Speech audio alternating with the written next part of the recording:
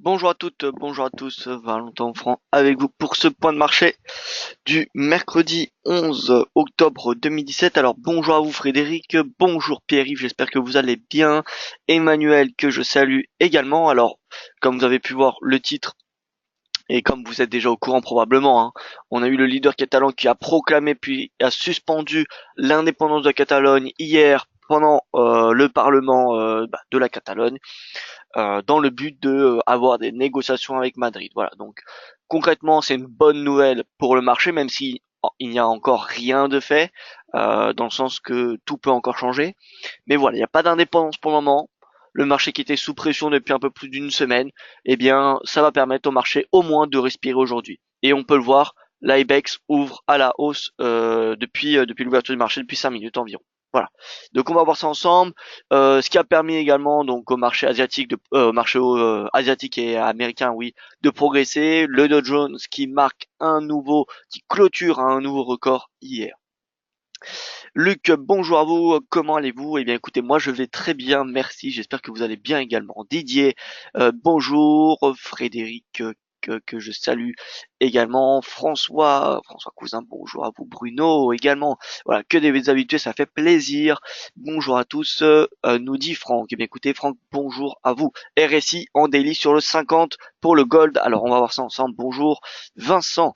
Voilà, bon, bonjour à toutes et à tous, comme ça on va pas perdre trop de temps. L'avertissement gastrique risque que vous connaissez tous. Le trading avec l'effet levier amplifie toujours les gains et les pertes. Un compte risque limité présente un risque de perte du capital investi. L'investissement sur compte titre présente un risque de perte en capital. IG fournit, excusez-moi, un service d'exécution d'ordre. La présentation est à titre indicatif et ne saurait être considérée comme un conseil ou une recommandation.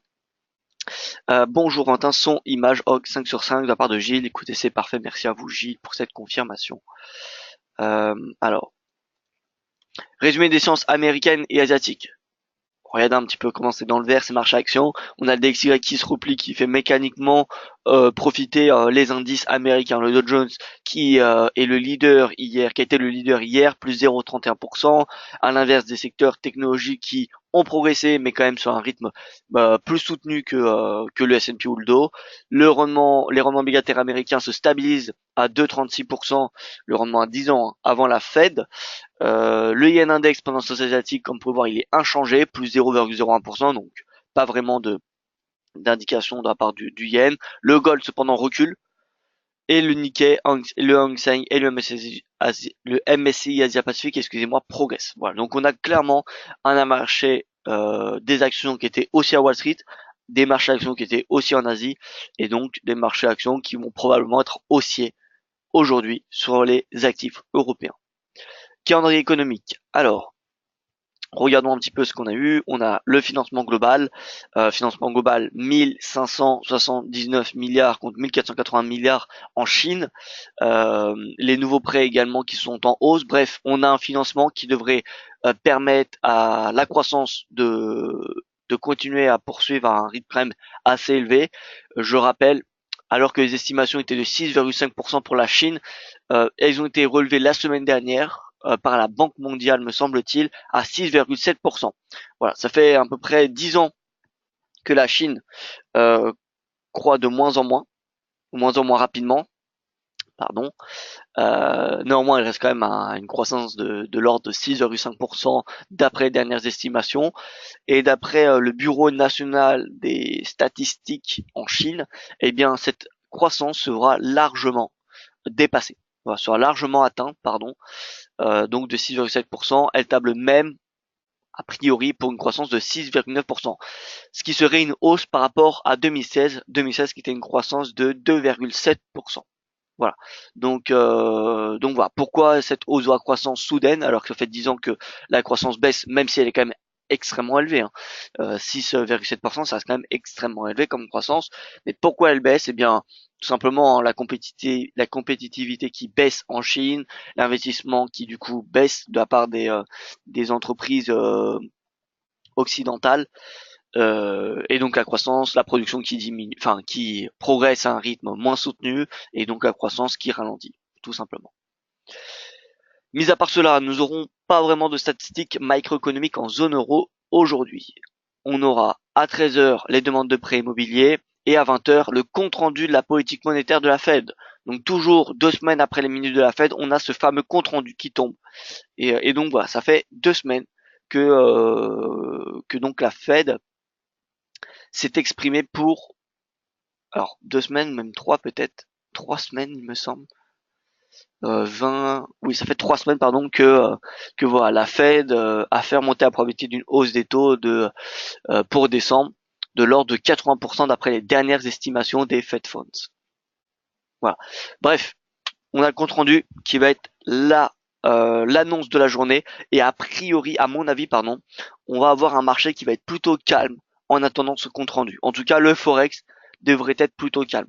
On n'a pas de statistiques en zone euro. Aux US, c'est globalement pareil. Donc voilà, ça sera une journée plutôt creuse aujourd'hui sur le Forex. Bonjour à vous Birama, bonjour Franck, alors tac tac, François pardon. Alors on passe sur ce graphique là que je veux vous partager. Voilà, on l'a vu ensemble hier, il me semble. On l'a vu hier ou avant-hier. On a devant nous le DAX, le CAC, l'IBEX et le FTSE. Le FTSE pardon, le MIB. Donc en vert le MIB, en bleu le CAC, en noir l'Eurostoxx, en rouge le DAX et en jaune l'IBEX. On peut voir qu'il y a une corrélation qui est, d'un point de vue historique, déjà totalement positive. Regardez sur un an, regardez sur 5 ans, nous ne pouvons pas négliger la corrélation. Après, certes, il y a des surperformances ou des sous-performances. Il faut savoir que le DAX, c'est une exception, dans le sens que c'est le seul indice quasiment qui a les dividendes réinvestis dans le prix. Voilà. Le CAC ne l'a pas, l'Eurostoxx non plus, etc., etc. Donc on peut voir qu'il y a une corrélation positive, ce qui est globalement simple du coup à trader le FTSE, à trader les indices européens. Parce que quand on sait qu'il y a une corrélation, voilà, on va enlever le MIB, même si bon, on va plutôt le cacher parce qu'il est important. Voilà. Regardez un petit peu, c'est globalement facile à savoir ce qui va se passer sur l'IBEX qui est en jaune. Voilà, quand on voit un graphique comme cela, eh bien, ça invite clairement à passer à l'achat sur l'IBEX pour qu'il rattrape cet écart, pardon, cet écart qu'il y a entre l'IBEX et les autres indices de la zone euro. Quand on regarde sur un an, l'IBEX c'était quand même l'indice qui superformait le CAC, le DAX et l'Eurostoxx. D'accord. Donc voilà, personnellement l'IBEX je suis haussier. Je pense qu'il a au moins 5% à aller chercher 5% de retard derrière les indices de la zone euro. 5%, qu'est-ce que ça représente? Eh bien, d'après le cours, 5% au prix actuel, on devrait avoir au moins on va dire 11 000, voilà, 11 000 points en ligne de mire. Je pense que 11 000 sera atteint après tout, bien évidemment, c'est difficile de confirmer cette information, cette conviction avec certitude parce que tout va dépendre des négociations qu'il y aura entre la Catalogne et Madrid. Mais voilà, tôt ou tard, évidemment que le gap va être comblé, que cet écart va être comblé, mais je pense qu'il peut être fait d'ici la fin de l'année. Voilà. Donc pourquoi? Eh bien parce que vu la tendance actuelle, l'optimisme, en tout cas la conviction du parti indépendantiste catalan euh, est moindre que ce qu'il y avait il y a 2 semaines avant le référendum. Avant le référendum, c'était une sortie peu importe de l'Espagne. La Catalogne n'a rien à voir avec l'Espagne, etc., etc. Et aujourd'hui, on a une négociation clairement ouverte avec Madrid pour trouver un accord. Voilà, c'est pas une négociation juste pour discuter, des négociations donc pour trouver un accord. Je À mon avis, pour éviter une sortie de la Catalogne. Elle va probablement la Catalogne demander plus de pouvoir, plus d'autorité au gouvernement. Maintenant, tout reste à savoir si Madrid va donner un petit peu plus euh, de, euh, de liberté aux régions, pas seulement à Catalogne à mon avis, mais aux régions Espagne pour gouverner. Voilà. Ça, c'est un petit peu la prochaine étape, à mon avis, qui fera pression ou non sur la IBEX. Mais pour le moment, en tout cas, la sortie de la Catalogne de l'Espagne, ça semble peu probable au vu des enjeux économiques. Voilà, ça, je pense que même le le leader catalan l'a compris que eh bien une sortie de la Catalogne de l'Espagne serait presque catastrophique pour la Catalogne. Voilà. Malgré que ça soit l'une des régions les plus riches d'Espagne, ça reste une région quand même extrêmement endettée, qui repose quand même, bon, elle a de l'industrie, d'accord, mais le tourisme a une part importante dans l'économie espagnole. Je vous rappelle que la première destination des Français, c'est en termes de ville, pardon, pas en termes de pays. Les pays, je ne pourrais pas vous l'affirmer avec précision, mais la première ville visitée par les Français en 2015, me semble-t-il, c'était Barcelone. Donc voilà, il y a quand même beaucoup de touristes en Catalogne. Si la Catalogne devient indépendante demain, elle sera plus dans l'Union européenne, elle sera plus dans la zone euro, donc elle perdra sa monnaie unique et il y aura une douane aux frontières. Donc forcément, ça impactera le tourisme. Donc d'un point de vue économique, la Catalogne n'a pour le moment pas assez de points forts, je dirais, pour proclamer une indépendance en toute sérénité. Bref, on n'est pas là pour parler de politique, mais c'est juste pour vous afficher, pour vous faire voir que voilà, le risque d'indépendance est selon moi assez limité pour le moment. Certes, ça peut évoluer, je n'ai pas de boule de cristal entre les mains, mais voilà, je pense que la l'AEBEX pourrait rattraper le retard. On a eu Brexit qui, en fin de compte, nul besoin de vous le rappeler, le footy fait plus de 20% depuis le Brexit quasiment. Donc voilà, et pourtant, c'était pas les mêmes enjeux. Les autres indices peuvent cutter aussi pour retrouver leur niveau. Oui, les autres indices de la zone euro peuvent baisser. Après, quels sont les facteurs qui pourraient faire baisser les indices de la zone euro? Pour le moment, je n'en vois pas beaucoup. On a quand même des marchés actions qui sont beaucoup plus attractifs en zone euro que aux États-Unis. On a un ratio PE que, comme je vous l'ai raconté la semaine dernière, il me semble. Ce ratio bénéfice et le prix de l'action, pardon, qui est quand même beaucoup plus attractif. Donc on a des actions beaucoup plus attractives en zone euro qu'aux États-Unis. On a une croissance qui est amenée à croître en zone euro. On a des indicateurs économiques qui sont amenés à s'améliorer en zone euro également. On a une monnaie qui est plutôt, je ne dirais pas faible, mais qui est plus faible que ce qu'on avait il y a 5 ans. Quand, je vous rappelle, l'euro évoluait autour des 1,40 $. Voilà. Donc, et puis la zone économique, quand même, d'un point de vue global, elle est en meilleure santé en zone euro que ce qu'on avait bah, écoutez, 1 an ou deux. Voilà. Donc, la zone euro, pour moi, les indices de la zone euro sont amenés à croître cette année encore. Et en plus de cela, en octobre, je vous rappelle que c'est un mois typique, traditionnel d'appétit pour le risque. Donc voilà. Et d'ailleurs, les indices l'ont très bien démontré au mois de septembre. Ils ont progressé de plus de quasiment 5%, ce qui est énorme. Voilà, donc on a le CAC qui aujourd'hui enregistre une journée rouge, l'IBEX moins 0,06%. Alors oui, mais c'est par rapport au gap, il me semble. Alors si on regarde, pardon, alors non pas le gap. Ben écoutez, on a plutôt une journée neutre aujourd'hui sur les marchés actions. Moi, je reste d'avis qu'on aura une journée positive sur les marchés actions. Euh, le seul facteur qui pourrait me faire changer d'avis, c'est si on a un DXY qui est vendu tout au long de la journée. Pour le moment, il cède que 0,05%, donc ça va, ce n'est pas grand chose. Mais s'il commence à céder plus, c'est-à-dire comme ce qu'on avait hier, moins 0,36%, pardon, quelque chose comme cela, ça favorisera l'euro et ça fera pression sur les indices. Voilà. Là, l'euro dollar ce matin qui évolue de plus 0,010%, ce qui ne va pas faire pression énormément sur les marchés actions. Voilà. Maintenant, si l'euro dollar évolue de plus 0,20%, voire au-delà, ça devrait faire pression sur les marchés actions. Et dans ce cas-là, le potentiel haussier des marchés du CAC et du DAX et des autres indices devrait être assez limité. Voilà.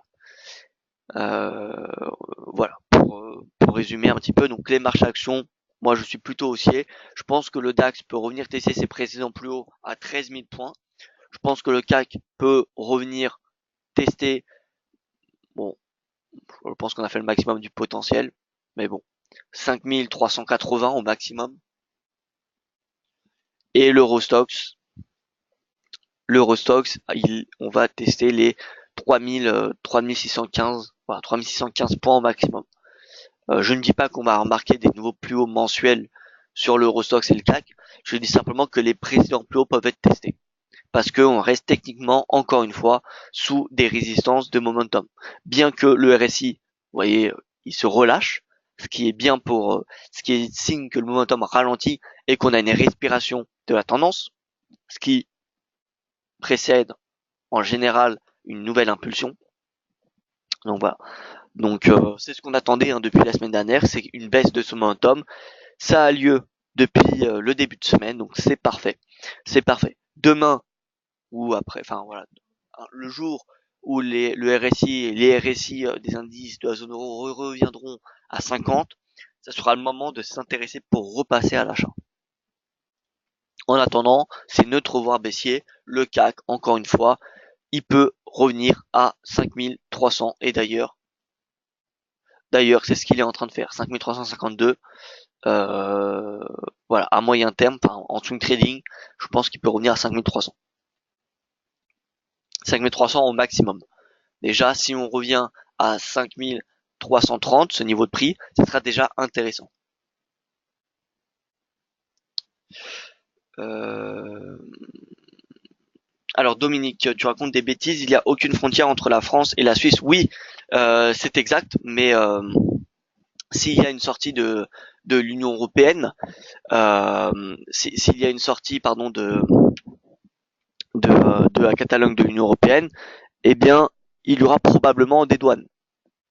Voilà, elle ne fera plus parler, elle ne fera plus passer elle ne fera plus partie de l'Union européenne, donc il y aura probablement des, euh, des frontières. Alors, je ne dis pas que ça va être des frontières strictes. Après, tout est une question de négociation, mais voilà, en tout cas, il y aura peut-être, c'est possible, l'option est ouverte. Ah, vous êtes trop près du micro, me dit Luc, excusez-moi. C'est possible qu'il n'y ait plus de traité de libre-échange, etc., etc. Voilà. Après, je ne dis pas que ça sera la même frontière qu'il y a avec, par exemple, je ne sais pas moi, la Turquie, par exemple. Mais, euh, mais en tout cas, on peut imaginer que si on a une sortie de la Catalogne de l'Union européenne, on est quand même une frontière un petit peu moins flexible que ce qu'il y a actuellement. Parce qu'actuellement, il n'y a pas de frontière. Il y a aucune frontière entre la France et la Catalogne. Il n'y a aucune frontière entre les membres de la zone euro. Vous êtes trop loin maintenant. Excusez-moi. Alors, je pense que ça devrait être mieux maintenant. Donc Dominique, pour répondre à votre à vous, c'est simplement que je pense que si on a une sortie de la Catalogne de l'Union européenne, il y aura évidemment des conséquences sur les frontières. Je ne dis pas que il y aura besoin d'un passeport, etc., etc., mais on peut imaginer que ce ne sera pas la même flexibilité qu'actuellement. Voilà, c'est tout ce que je raconte.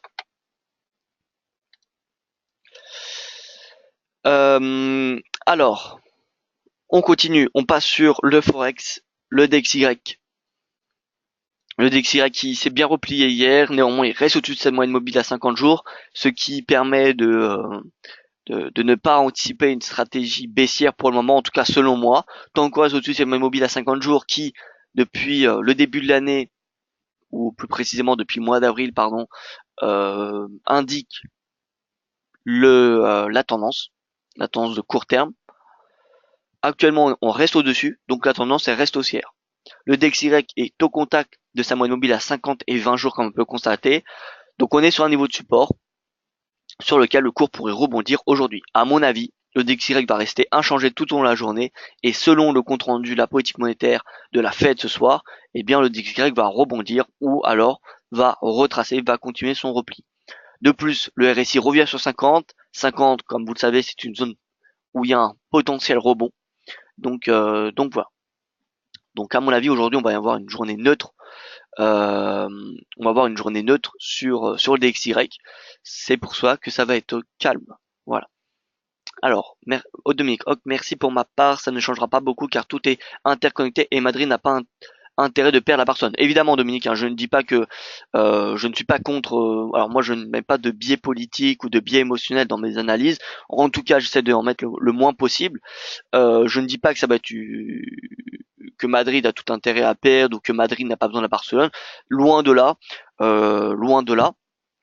Je j'accepte les opinions de chacun et voilà, j'essaie juste d'être d'un point de vue le plus factuel possible et d'un point de vue factuel, la Catalogne, tout comme l'Espagne, est quand même assez endettée et et une indépendance de la Catalogne n'améliorerait pas la dette de la région, tout comme l'Espagne. Voilà, les commentaires que je dis pour la Catalogne est aussi valable pour l'Espagne, tout simplement.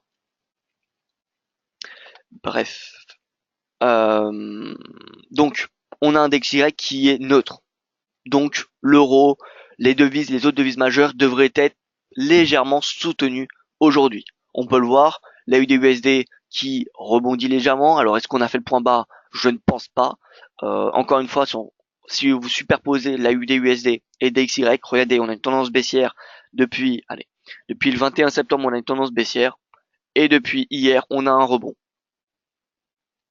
On regarde le DXY, le 21 septembre.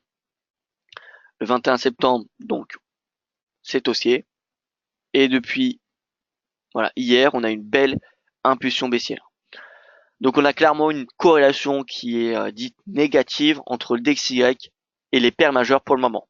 La UD, ce qu'on a, c'est un rebond technique tout simplement parce que le DXY se replie. Ce n'est pas parce que la UD s'apprécie, c'est tout simplement parce que le DXY respire et donc fait mécaniquement remonter le cours. Voilà.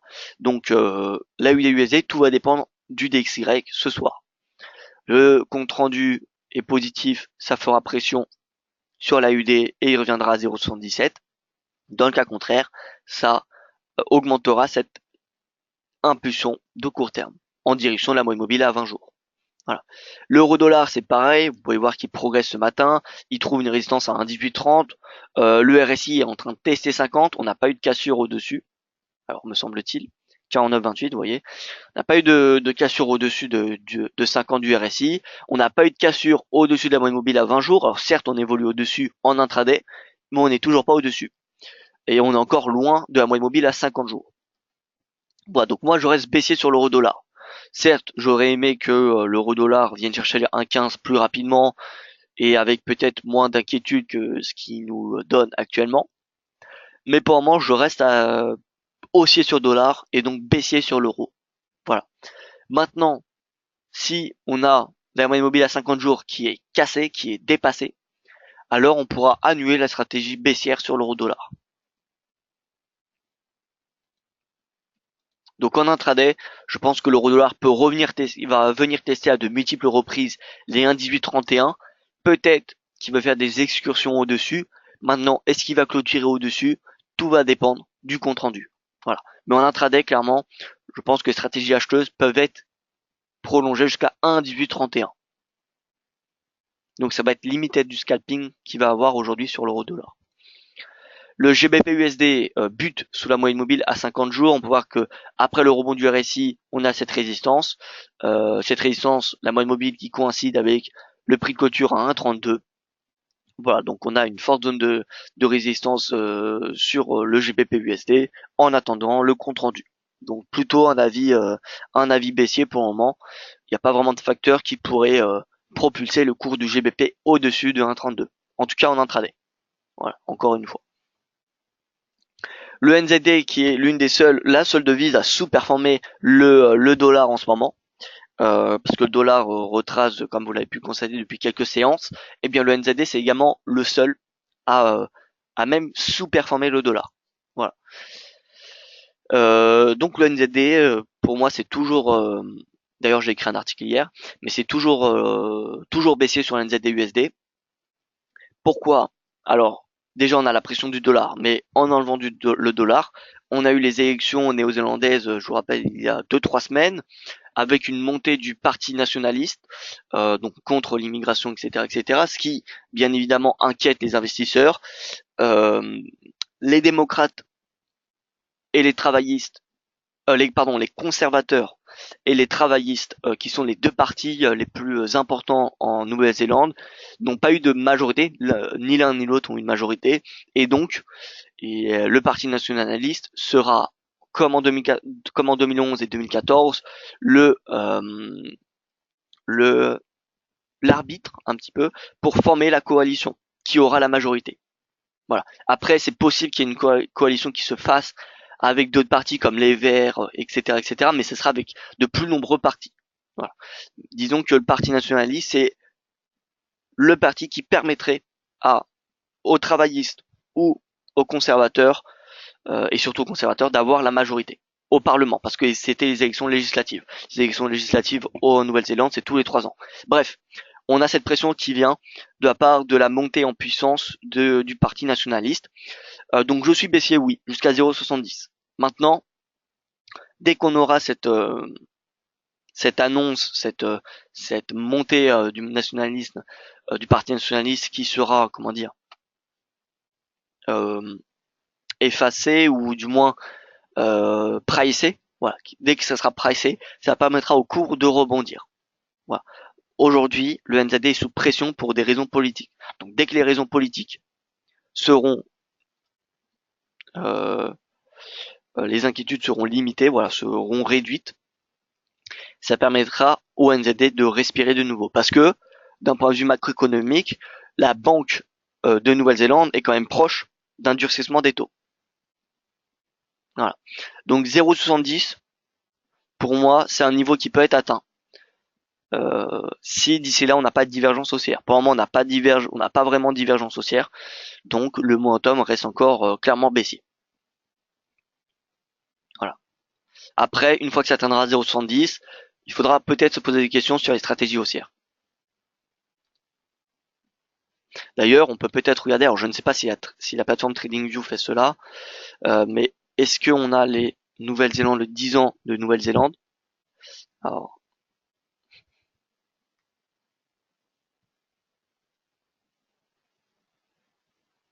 ce serait bien qu'il y ait le 10 ans de Nouvelle-Zélande, comme ça on pourrait voir le spread.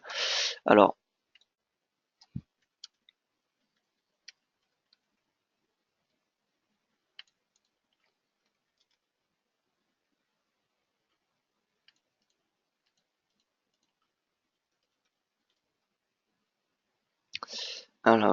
tac, tac, tac. Non, il n'y a pas il ne l'est pas. Bref, on va regarder le spread, on va le calculer manuellement. D'accord, on va prendre le 10 ans. Le 10 ans qui est actuellement à 3,05. D'accord? On va dire 3, 3,01. 3,01, excusez-moi. 3,01. Et on a les 10 ans américains qui est à 2,36.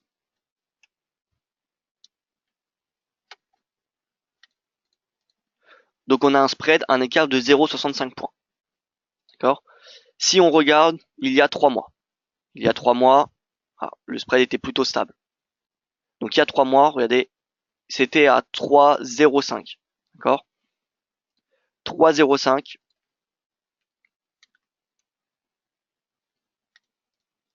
moins le rendement à 10 ans américain il y a 3 mois. Il y a 3 mois, il était à 2,36, c'est pareil. 2,35. Bon, du coup, on a un spread qui est plutôt, pardon, neutre. Et donc, si on regarde il y a 3 mois ici,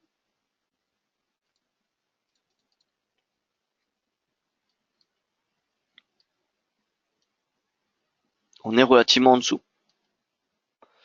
Donc, ce qui veut dire que dès qu'on aura des rendements obligataires du NZD qui vont reculer, donc qui vont baisser, probablement lorsque la pression du Parti nationaliste va baisser. Donc dès qu'on aura cette pression qui va baisser, les rendements obligataires du NZD vont baisser et donc le spread va diminuer. Et si le spread diminue, c'est bénéfique pour le NZD. Voilà. Donc c'est un petit peu la stratégie à attendre. C'est dès qu'il y aura une écart de ce spread de 0,65, dès que ce spread va se réduire, alors le NZD devrait mécaniquement remonter.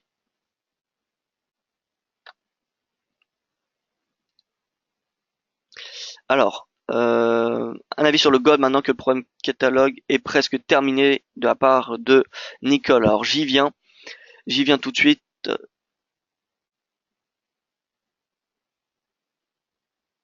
Alors, j'ai pas mal de questions concernant l'Espagne et la Catalogne, donc je vais y venir. Je termine juste le forex. Ensuite, je passe à vos questions et ensuite je passe au gold et aux matières premières, pardon. Donc, l'USD CAD. L'USD CAD, pareil, en consolidation. Concrètement, ce qu'il faut comprendre aujourd'hui, c'est que c'est le forex, c'est le dollar, pardon, qui va dicter les paires majeures aujourd'hui. Étant donné que le DXY, personnellement, je l'estime en consolidation avant le compte rendu, c'est typiquement ce qui a lieu lors de ces journées-là. C'est une consolidation du dollar US, voire un léger repli. Voilà. Mais bon, c'est très très infime. Et donc, on a une consolidation, une poursuite de la consolidation d'intraday des paires majeures. Donc, les paires majeures aujourd'hui, je pense qu'ils vont être neutres, qu'ils vont rester flat. Donc on fait des analyses, certes, mais sachez que c'est plutôt un opinion neutre. L'USD-CHF, l'USD-CHF il recule, le CHF qui est payé actuellement sous fond d'aversion léger pour le risque, de diversification plus d'aversion en ce moment. L'USD Yen, l'USD Yen pareil, pas de clôture au-dessus des 113, le dollar qui se fait rattraper en fin de séance et le yen qui est acheté parfois en fin de séance américaine. Voilà, on voit clairement l'USD Yen, il montre une chose, il montre que le dollar euh, est vendu en fin de séance américaine et que le yen est acheté. C'est ce que nous indique l'USD Yen. Parce que concrètement euh, l'euro-dollar il peut reculer. Le l'USD CAD, il peut avancer. Mais l'USD Yen, on peut le voir, il bute. Ça fait quand même près de 3 semaines qu'il bute sous, allez, 113. Et vous pouvez voir qu'on est quand même 1, 2, 3, 4, 5 mèches au-dessus. 5 journées où le dollar n'a pas réussi à clôturer au-dessus. Ça veut dire que pendant toute la journée, on a eu, pendant une grande partie de la journée, on a eu le dollar qui est passé au-dessus de 113 et qu'en fin de compte, avant la clôture, on a eu une vente qui a rapatrié le dollar sous les 113. Voilà, donc ça montre clairement que on n'a pas encore suffisamment de, euh, de conviction sur que le marché n'a pas suffisamment de conviction sur le dollar ou en tout cas qui cherche à se diversifier sur le yen. Alors, je regarde les questions. Donc, cela va faire monter l'euro avec l'Espagne de la part de François. Alors, ça devrait avoir un léger impact positif sur la zone euro, sur la monnaie unique. Pour être honnête avec vous, la monnaie unique, je doute qu'elle ait été extrêmement affectée par le spread, par le spread, par le spread obligataire. Si on regarde le rendement du 10 ans allemand, parce que c'est le 10 ans allemand qui fait l'euro, hein, c'est pas le 10 ans espagnol. Certes, il y a eu des hausses des spreads à l'intérieur des pays de la zone euro, ce qui est synonyme de comment dire euh, de risque dans la zone euro, de pas de dislocution, mais dans la sorte, on va dire, parce que des spreads de la zone euro qui convergent, ça veut dire que c'est une, une, une zone euro euh, qui est dite en qui se renforce, voilà, que ce soit de manière politique ou économique, et des spreads qui divergent, c'est une politique économique ou bah, une politique tout simplement qui dans la zone euro qui ne sont pas comment dire qui ne sont pas rassurants pour les investisseurs de la zone euro. Voilà.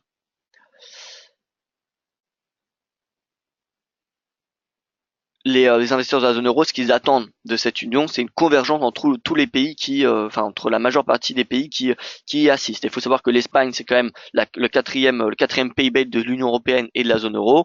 Donc, enfin, quand quand le Royaume-Uni ne fera plus partie de l'Union européenne, l'Espagne sera la quatrième puissance économique. Voilà, parce qu'actuellement, elle est la cinquième, la cinquième. Voilà. Donc, ce qu'il faut regarder, c'est le spread du 10 ans allemand. Le 10 ans allemand, est-ce que pendant les tensions Catalogne, il a augmenté? Vous voyez qu'il a très légèrement augmenté. On va dire que la pression Catalogne a commencé à venir en début septembre, il est passé de 0,30 à 0,45. Donc oui, il a augmenté, mais ce n'est pas non plus une hausse phénoménale du rendement. Faut pas oublier que ce rendement tend à augmenter également, étant donné que la politique monétaire est amenée à se durcir. Une politique monétaire qui se durcit, c'est des rendements qui progressent. Voilà, donc on a un double facteur qui viennent un petit peu influencer à la hausse ces rendements. Et si on regarde le spread,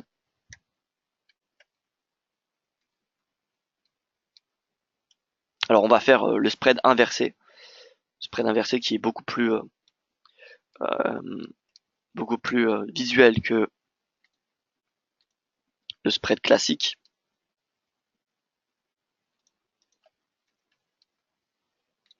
Voilà, et on va se mettre sur un an. Voilà, sur un an, vous pouvez voir que ce spread qui diminuait, ça faisait baisser l'euro. Le spread actuellement augmente, enfin diminue, parce que là on est en inversé. Donc ça veut dire que si la droite noire diminue, c'est-à-dire que le spread augmente. Normalement, le spread qu'on doit utiliser, c'est déjà le 10 ans américain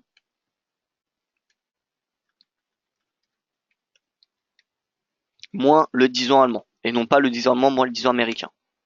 Voilà. Mais si on commence par le 10 ans allemand, eh bien on a une corrélation qui est positive et qui est peut-être un peu plus intéressante à voir, parce que quand on fait le spread, le vrai spread, on peut voir que par rapport à l'euro, voilà, certes on voit une corrélation qui est négative, mais quand on l'inverse, c'est encore plus pragmatique, j'ai envie de dire.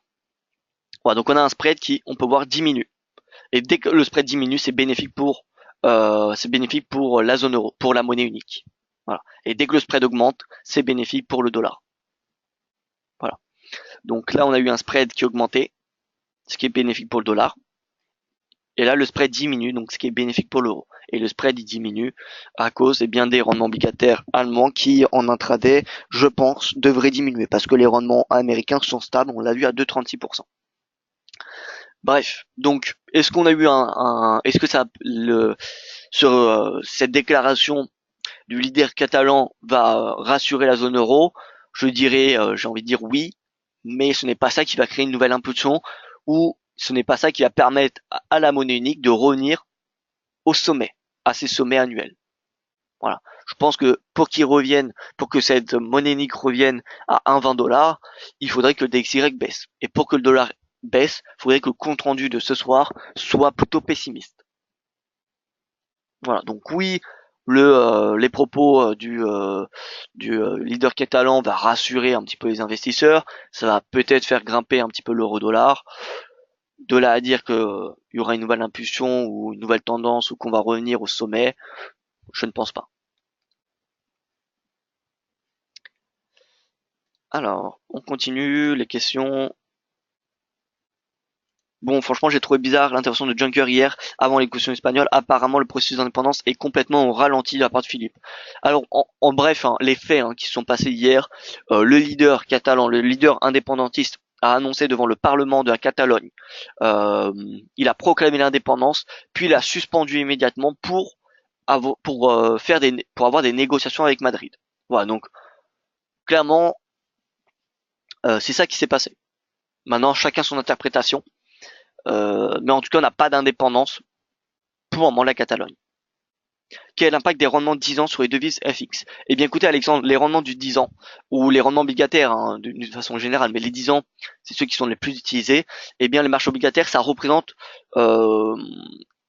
les inquiétudes, on va dire le climat de confiance ou d'inquiétude des investisseurs dans une zone. Voilà. Parce que l'euro-dollar, c'est ni plus ni moins que l'euro face au dollar. L'euro-dollar peut être haussier, mais l'euro-yen peut être baissier. Et vous pouvez vous dire, est-ce que l'euro est haussier ou baissier? D'accord? Est-ce que les investisseurs sont du coup confiants dans la monnaie unique ou pas? Parce que les paires forex, c'est ni plus ni moins que des surperformances et des sous-performances. Alors que les rendements obligataires, ça montre dans une zone géographique ciblée, eh bien, où on va dire en sont les investisseurs. Est-ce qu'ils sont extrêmement confiants? Est-ce qu'ils ne sont pas du tout? L'évolution dans le temps, etc., etc. Alors que le forex nous donne pas vraiment cette indication. Le forex nous donne avant tout, excusez-moi, l'information si l'USD devant nous surperforme ou sous-performe le yen. C'est ça l'information que nous donne le forex. Ce n'est pas est-ce que les États-Unis, est-ce que les marchés sont confiants dans l'économie américaine. Voilà. Donc voilà ce que nous donne comme information les rendements du 10 ans et donc l'impact que ça a sur les devises. Et donc forcément il y a une corrélation qui est positive entre la devise en elle-même, la devise, et les rendements obligataires. Alors je passe sur le gold parce que ça fait quand même pas mal de temps qu'on m'a posé la question. Alors les matières premières avec le gold, on peut voir que le gold a dépassé sa moyenne mobile à 20 jours, ce qui nous donne techniquement une stratégie, un scénario haussier jusqu'à 1300 $, qui est enfin, 1295, 1300 $ qui est la prochaine résistance. Le RSI est sous 50, donc attention, le momentum pourrait ralentir. Et à mon avis, en intraday, étant donné que le DXY est coté face au dollar, que le dollar est neutre, que les rendements obligataires américains sont neutres, on va avoir une journée neutre sur Lonzor. Voilà, aujourd'hui, c'est fort probable, en tout cas juste jusqu'à 20 h, jusqu'à la publication du compte rendu, on devrait avoir une Onzor neutre. Donc ça ne sert à rien, selon moi, de rentrer, que ce soit à l'achat ou à la vente, ce matin, pardon, ou cet après-midi, sur le cours de l'or. Parce que tout va dépendre du compte rendu de ce soir. Soit le compte rendu est positif pour la Fed, en tout cas, enfin, paraît confiant, et donc ça fera pression sur l'Onzor. L'Onzor qui reviendra à 1280. Dans le cas contraire, si le compte rendu est plutôt rédigé d'une façon prudente, alors le 11 d'or progressera. Il progressera jusqu'à 1300 parce que la spéculation quant à une hausse des taux de la Fed diminuera. Bon, donc ça ne sert à rien selon moi ce matin de passer à l'achat ou à la vente sur l'or. Si je devais me positionner en intraday, je vois que le dollar actuellement retrace de 0,09%, le DXY comme vous pouvez le voir ici, ce qui devrait faire progresser le cours de l'or. Donc le cours de l'or, la résistance en intraday est à 1291. Voilà, donc à la rigueur, le maximum, le potentiel aussi maximum avant le compte rendu de la Fed, c'est 1291. Mais honnêtement, on va, comme je l'ai dit, tous les actifs cotés face au dollar devraient être neutres aujourd'hui. Mis à part le pétrole, qui progresse face aux propos de l'Arabie Saoudite. L'Arabie Saoudite qui a dit qu'il serait prêt à limiter ses exportations au mois de novembre pour compenser les pays de l'OPEP qui ne respectent pas l'accord ces derniers temps. Et l'Arabie Saoudite qui est prête à geler encore plus, à faire davantage d'efforts, et qui invite même les États-Unis, les producteurs américains, de faire des efforts pour faire remonter ce cours du pétrole. C'est pour ça que hier on a eu cette hausse de plus de 2% du pétrole. C'est pour ça que ce matin ça price également la hausse. Enfin c'est plutôt pendant ça asiatique que ça a pricé. Donc voilà. Donc à part le dollar, l'or et les paires majeures devraient rester stables jusqu'à la publication du compte rendu à 20 h. Alors, si on prend uniquement les impulsions d'un indice en intraday, est-ce qu'on peut utiliser l'évolution du RSI en pourcentage pour estimer un scalp possible en unité de 10 minutes par exemple? Alors, j'ai du mal à voir, Philippe, ce que vous voulez me dire. L'évolution du RSI en pourcentage. C'est-à-dire que si le RSI évolue positivement, alors la tendance sera haussière et vice-versa. Est-ce que c'est ça dont vous voulez me dire? Est-ce que vous pouvez me préciser ou non? Alexandre, pour résumer, les rendements obligataires donnent le sentiment des investisseurs sur une zone s'ils sont confiants ou non sur une devise. Exactement, sur une devise ou plus généralement sur une zone économique. Voilà, ça peut être sur les marchés actions également. Ça peut être sur les marchés actions. Mais bon, plus sur les devises, oui. Par exemple, regardez sur les rendements obligataires allemands qui ont été négatifs en 2016, encore une fois. Euh, eh bien, c'était que les investisseurs avaient extrêmement confiance dans l'économie de l'Allemagne. Voilà, maintenant ça ne veut pas dire qu'ils avaient confiance dans la zone euro. Parce que la zone euro c'est un peu plus complexe, c'est différents taux, il y a des taux allemands, des taux français, italiens, espagnols, etc. etc. Donc il n'y a pas que l'allemand, l'allemand fait beaucoup, mais il n'y a pas que cela. Mais par contre, si on regarde par exemple le DXY, regardez,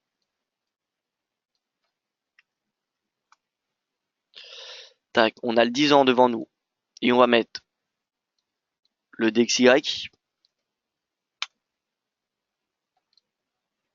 sur un an.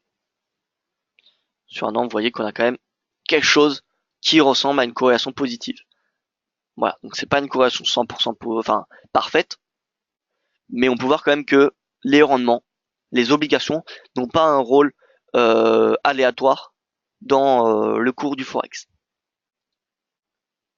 Frédéric, l'IBEX va-t-il sur le court terme monter directement actuellement à 10 255? Moi je pense Frédéric qu'il devrait augmenter l'IBEX dans les prochaines séances. On a une pression qui globalement dit quand même diminue. On a un risque d'indépendance qui est clairement, clairement, c'est peut-être un grand mot de dire clairement, mais en tout cas qui est beaucoup moins inquiétant que ce qu'on avait au lendemain du résultat du référendum. Maintenant, tout reste encore possible. Je ne dis pas qu'il n'y aura pas d'indépendance et je ne dis pas qu'il n'y aura pas d'indépendance. Je dis simplement que le risque pour le moment est jugé un petit peu moins, moins important que ce qu'on avait il y a une semaine. Voilà. Maintenant, il est tout à fait possible que les négociations entre Madrid et la Catalogne se passent extrêmement mal, ou voire qu'il n'y a pas du tout, que le parti indépendantiste catalan déclare son indépendance, et voilà. Et dans ce cas-là, la l'AEBEX reviendra tester les 10 000. Donc difficile à vous dire avec grande certitude où va aller la l'AEBEX à court terme. À moyen terme, je pense que l'écart, le spread qui est créé entre les indices de la zone euro et l'IBEX sera rattrapé. Donc, peu importe le retard qu'il prendra, l'IBEX, selon moi, rattrapera le retard sur l'Eurostoxx, le CAC ou le DAX, à part si on a vraiment un accord pour que la Catalogne sorte de l'Espagne. Mais je doute que l'Espagne soit favorable ou que d'autres pays de la zone euro soient favorables à une sortie de la Catalogne. Parce que pour le moment, on n'a pas vraiment d'implication des pays membres de la zone euro dans ce débat. Mais probablement que si les discussions sont encore plus comment dire, encore plus menaçantes entre la Catalogne et Madrid, on peut imaginer que surtout la France ne restera pas les bras croisés. Voilà. Donc voilà. Donc tout reste à court terme, tout reste à faire pour Madrid et la Catalogne. Je ne sais pas si demain l'Ibex va revenir assez plus haut ou va revenir à 10 000. Ça va tout va dépendre des négociations. Mais à moyen terme, en tout cas, l'écart qui se crée entre les indices de la zone euro et l'Ibex sera rattrapé. Voilà, donc l'Ibex rattrapera son retard, que ce soit dans un mois, dans une semaine, dans un mois, dans 3 mois ou dans 6 mois. Par exemple, sur une annonce importante, vous allez voir le RSI qui va exploser dans un sens puis se stabiliser. C'est en général le niveau de scalp peut rentrer pour corriger l'exagération.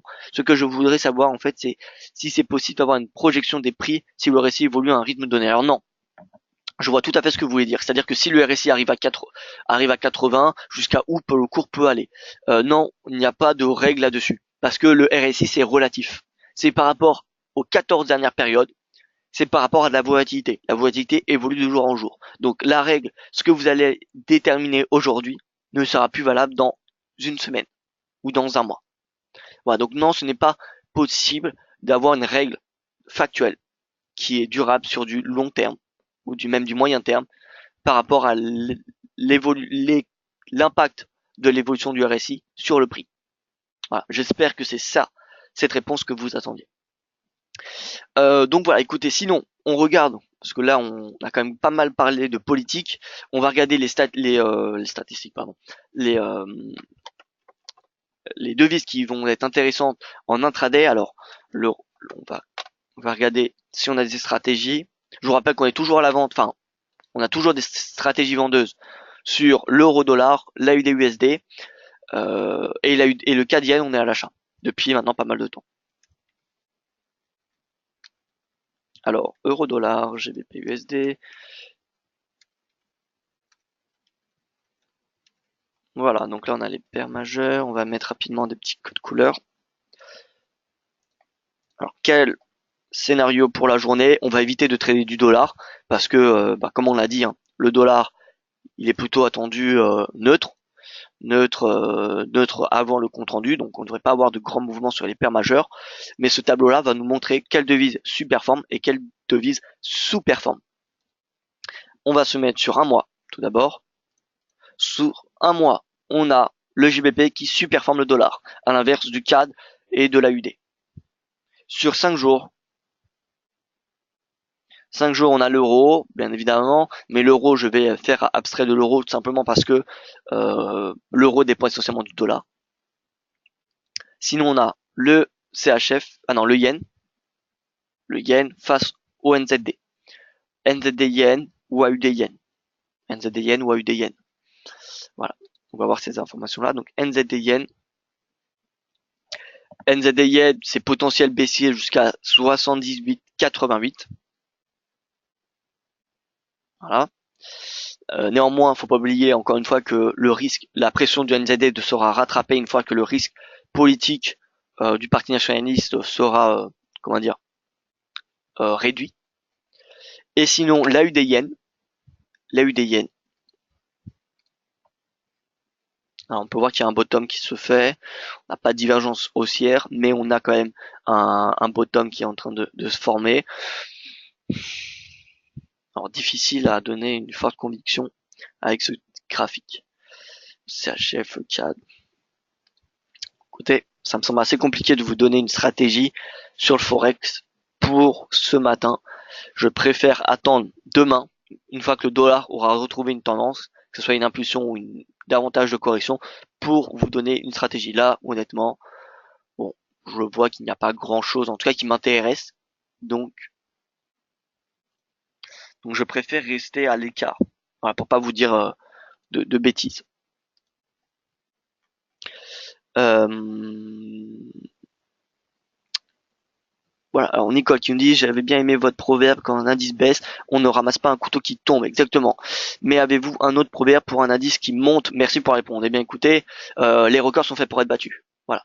Enfin, en- pour Wall Street, j'aime bien dire ça, c'est que les records sont faits pour être battus, surtout les Américains, vous savez, American Dream, etc., etc. C'est typiquement le challenge qui rythme un petit peu Wall Street. Bref, voilà, pour un indice qui monte, j'ai envie de dire que déjà, ça me semble logique, étant donné qu'un indice est construit pour progresser. C'est-à-dire que quand on a une valeur qui sous-performe pendant longtemps, eh bien elle est remplacée par une autre. Donc techniquement, sur du long terme, un indice est fait pour être haussier. Et si vous regardez n'importe quel indice boursier sur les 20 dernières années, je pense, j'ai pas de statistiques là-dessus, mais comme ça, je dirais que 90% des indices boursiers sont plus hauts aujourd'hui qu'il y a 20 ans. Voilà. Donc de toute façon, les indices boursiers, à long terme, c'est fait pour augmenter. Voilà. Voilà, écoutez, merci à vous pour votre attention. On a pris du temps aujourd'hui, ça fut vraiment très intéressant. Malheureusement, je n'ai pas de, malheureusement et heureusement, hein, parce que je ne vais pas vous dire de bêtises, mais je n'ai pas de stratégie à vous donner ce matin, pas vraiment de conviction. Donc je préfère rester à l'écart. Et voilà, donc rendez-vous demain, même heure, même salle de trading pour le prochain point de marché. Merci à vous pour votre attention et à demain.